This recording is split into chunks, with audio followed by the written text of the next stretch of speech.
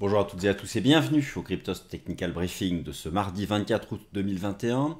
Vincent Gann, heureux de vous retrouver. Alors, j'espère que tout le monde va bien, que vous continuez pour certains d'entre vous à passer de bonnes vacances et puis pour d'autres, bon courage pour la reprise. Mais si vous êtes trader, investisseur de crypto-monnaie dans le sens de la tendance haussière, vous avez probablement plus de plaisir à revenir de vacances puisque cette tendance haussière se poursuit. Alors, comme chaque semaine, nous allons faire ici le tour d'horizon technique d'une sélection de crypto-monnaies, le cours du Bitcoin, Ether, BNB et cette semaine, Litecoin, vous l'avez choisi à travers donc le sondage organisé chaque semaine. Le lien se trouve dans la description, par ici, et ce sondage permet de choisir la quatrième crypto-monnaie qui sera analysée mardi prochain. Donc je crois que ce sera le 31 août. Alors, écoutez, parlons peu, parlons bien. Passons directement au vif du sujet. Le contexte. Le contexte, c'est une phase de correction du marché action qui a été importante en amplitude, 5% environ, qui, comme d'habitude, alimente, vous savez, ceux qui parlent de krach boursier depuis 10 ans. Un jour, ils auront raison, forcément, et puis ils le diront. Oui, j'avais prévu le krach, mais ça fait 10 ans que vous annoncez le krach, donc j'ai perdu de l'argent avec vous parce que les marchés actions ne font que des nouveaux records annuels, pluriannuels, historiques. Alors, est-ce que c'est justifié? Ça, c'est un autre débat, mais peu importe. Tout ça, c'est de la prose, c'est de la philosophie. Ce qui compte, c'est l'action des prix et l'évolution du capital. Le reste, ce ne sont que des mots. Bref, une correction tout de même du marché action qui a duré une semaine, et là, un rebond timide.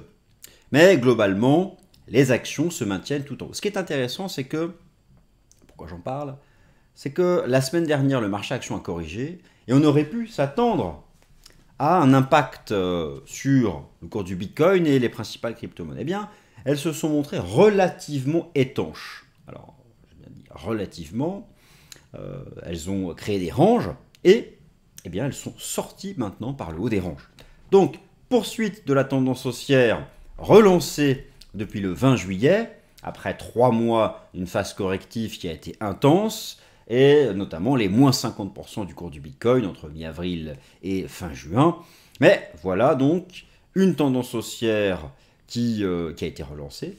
Et elle se poursuit, de nouvelles résistances ont été franchies, et par le principe en analyse chartiste du changement de polarité, ces résistances font désormais office de support. Alors, cette semaine, et puis on passe directement au graphique, je vais faire une vidéo plus courte. Cette semaine, un événement, le symposium économique de Jackson Hole. Qu'est-ce que c'est que ça, le symposium économique de Jackson Hole? Eh bien, c'est un endroit, quelque part aux États-Unis, où jeudi et vendredi, les patrons des banques centrales vont se réunir. Et on attend notamment un positionnement très clair, bien éclairé, de la Réserve fédérale des États-Unis. Là, c'est majeur. C'est majeur pour la dynamique des taux d'intérêt, qui reste très bas, taux d'intérêt nominaux. C'est un facteur aussi de reprise des crypto-monnaies. C'est un facteur aussi très important pour la volatilité, notamment la volatilité implicite, les anticipations de volatilité réalisées pour le marché action, qui est à nouveau revenu à un niveau très bas. Et donc le marché s'interroge toujours sur le timing ou le point de départ où la Réserve fédérale des États-Unis, la Banque centrale américaine si vous voulez, commencera à réduire son soutien à l'économie, au marché financier et en fait au crédit de manière générale. Donc, jeudi 26 et vendredi 27 août, l'Economic Symposium de Jackson Hole, c'est l'événement fondamental de la semaine. Allez, perdons pas davantage de temps, ça fait 4 minutes. Nous passons maintenant donc autour des raisons des graphiques en faisant les choses de manière assez simple. Alors, commençons par le marché du Bitcoin. On va regarder le contrat futur Bitcoin, le contrat classique et quelques éléments intéressants. Vous avez sous les yeux donc le contrat futur Bitcoin. En hebdo à gauche, en données quotidiennes à droite. Les nouveautés techniques. en données hebdomadaires. Confirmation donc de la réintégration de cette ligne de tendance haussière. Superbe. Et donc, d'une certaine façon, en chartisme, un piège technique baissier, une reprise.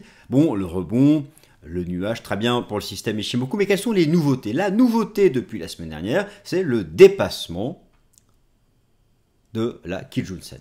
C'est le dépassement à la clôture hebdomadaire de la semaine dernière des 47 000 $. La nouveauté technique depuis la semaine dernière, c'est enfin, un croisement de la ligne de MACD, non seulement au-dessus de la ligne de 0, mais aussi de sa ligne de signal. Et ça, c'est pour moi un argument de plus dans le sens de la reprise de la tendance haussière. La ligne de MACD, ici en bleu, qu'est-ce que c'est? C'est un différentiel entre la moyenne mobile à 12 et la moyenne mobile à 26 périodes. Le fait de voir une ligne de MACD au-dessus de 0 signifie que la 12 a recroisé au-dessus de la 26.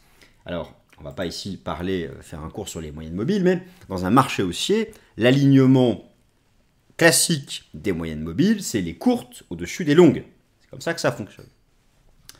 Et donc, effectivement, si on vérifie, je vais ici faire apparaître la moyenne mobile à 12 et la moyenne mobile à 26, et effectivement, la 12 a croisé au-dessus de la 26. Alors que c'était le contraire qui s'était passé ici au mois d'avril dernier. Donc, nous avons ici, alors c'est par rapport à la ligne de 0, attention, là c'est la ligne de signal de la ligne de MACD, mais la ligne de signal de la ligne de MACD est une moyenne mobile de la ligne de MACD qui elle-même est une soustraction de moyenne mobile. Bon ça c'est sur le... On aura l'occasion de revenir sur ce sujet, mais c'est une nouveauté technique haussière depuis une semaine.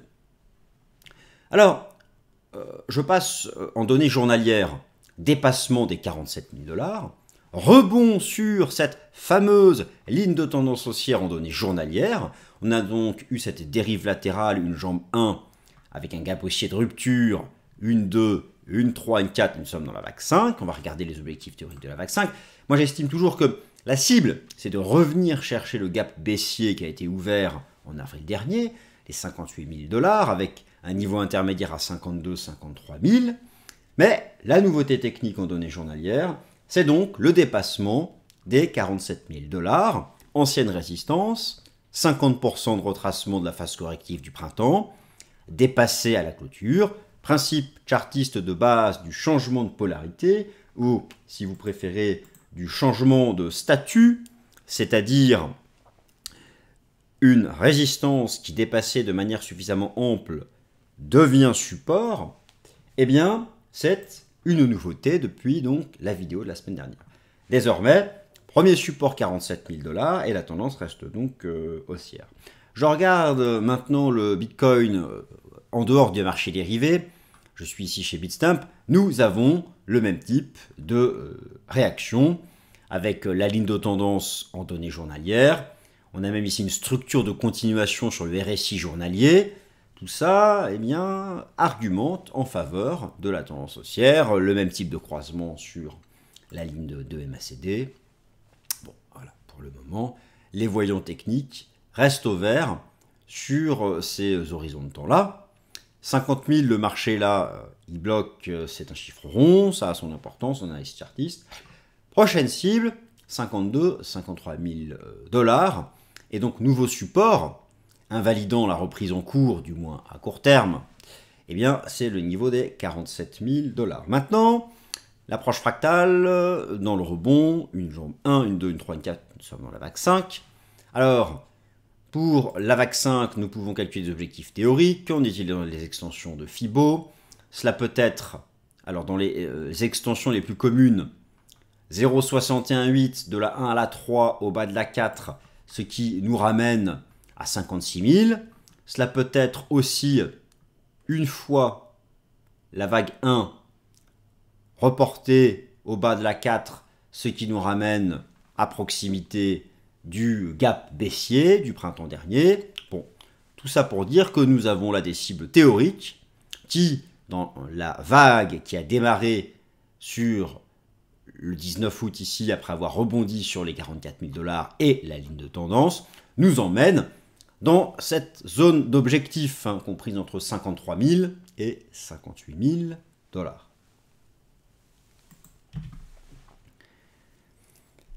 Alors on va passer maintenant à l'ETH. Je vous parlais tout à l'heure du contexte. J'ai oublié de vous montrer, je vous montre brièvement la volatilité du marché action américain S&P 500 qui est revenu tout en bas, les taux d'intérêt toujours très bas.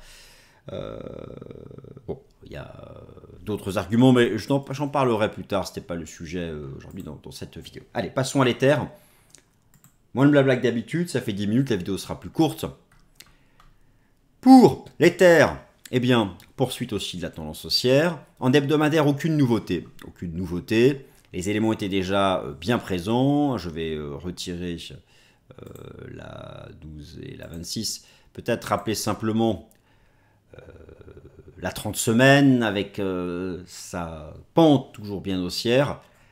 La nouveauté technique, comme le Bitcoin, c'est le dépassement dans le cadre du système Ishimoku ici de Kijun-sen en données hebdomadaires. En données journalières, une structure qui s'apparente sur le RSI à une sorte de divergence haussière cachée, petit biseau descendant.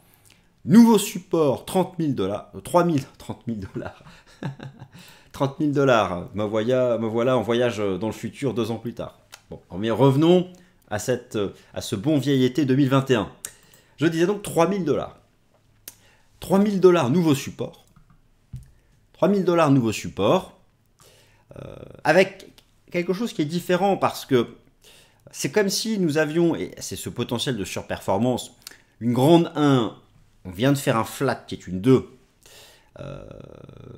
Pour certains, une 4 avec une mini 2 ici. Bon, dans tous les cas, nous sommes comme dans la même structure fractale que le cours du Bitcoin. C'est une nouvelle vague, une 5e vague qui a démarré. La cible que tout le monde a en tête sur Ether, ce sont les 4 000 $. C'est ce cours de clôture. Ici, hebdo, 3 008, 4 000 $. Les 3 008 et les 4 000 $. Alors, il y avait eu ici une phase de retournement, sorte de double top. La ligne de coup, ce sont ces 3 800 $. Donc 3 008, 4 000 $ me semble être toujours en tendance. La cible technique, je dirais, oui, naturelle, parce que la plus évidente pour ETH-USD. Nouveau support, en tendance, donc, le niveau des 3 000 $. Et donc, ces 47 000 $ pour Bitcoin et ces 3 000 pour ETH sont les seuils d'invalidation de cette reprise à court terme. Rien à ajouter sur ETH. Pour le BNB, ça y est, c'est parti. Enfin. Donc, il n'y a plus d'épaule tête-épaule. Reprise Kijun. MA30, très bien. Rebond 50 RSI. Croisement en cours de la ligne de MACD au-dessus de la ligne de signal. En données journalières, la nouveauté, c'est qu'un objectif a été atteint à 434 et à 450 $, qui étaient des cibles techniques de court terme. Elles ont été dépassées. Principe du changement de polarité, elles sont désormais supports. Premier support donc pour le Bitcoin 47 000, pour ETH 3 000 et pour BNB, le BNB 434 et 450 $. Nouvelle cible, ce sont les 600 $. Ce sont les 600 $, la nouvelle cible technique pour le BNB. Et enfin, le LTC, Litecoin. Alors, nous pouvons tout d'abord, à gauche, apprécier plusieurs éléments. Le rejet, déjà, du printemps dernier a été fait au contact de l'ATH. Alors, nous avons tous en tête le record historique qui n'a jamais été dépassé encore, pas à la clôture, sur Litecoin, les 370 $, le rejet, un rejet qui a trouvé son paroxysme au contact de cette superbe ligne de tendance haussière en données hebdomadaires. Je suis ici à gauche en données hebdomadaires, attention, je suis en échelle logarithmique. Rebond donc superbe sur la ligne de tendance haussière. On observe sur la ligne de MACD le même type de signaux actuellement. Belle reprise depuis donc les 100 $, mais une reprise qui n'est pas aussi impulsive que sur Bitcoin, que sur d'autres crypto-monnaies. Alors c'est un processus de rotation. Je pense que la surperformance de Litecoin finira par arriver. Nous avons le même type aussi de vague. Nous sommes actuellement en train de construire le 5e temps de hausse, mais il n'y a pas encore eu de phase d'accélération. Il n'empêche, la tendance reste donc haussière. La tendance reste haussière et la cible que nous pouvons avoir en tête pour Litecoin, je dirais d'ici la fin de l'été, ce sont les 250 $. C'est la prochaine résistance technique qui me semble importante. Premier support, 170 $ en tendance, un niveau de prix identifié sur les horizons de temps journaliers et hebdomadaires. Voilà, chers auditeurs, chers youtubeurs, internautes, 15 minutes de vidéo cette semaine, on dirait pas davantage. Le reste serait superflu. Mais ces vidéos hebdomadaires continuent. Je vous remercie de m'avoir écouté. J'espère que vous avez passé un bon moment. Et puis, passez une bonne semaine. Profitez. Et à mardi prochain. Merci.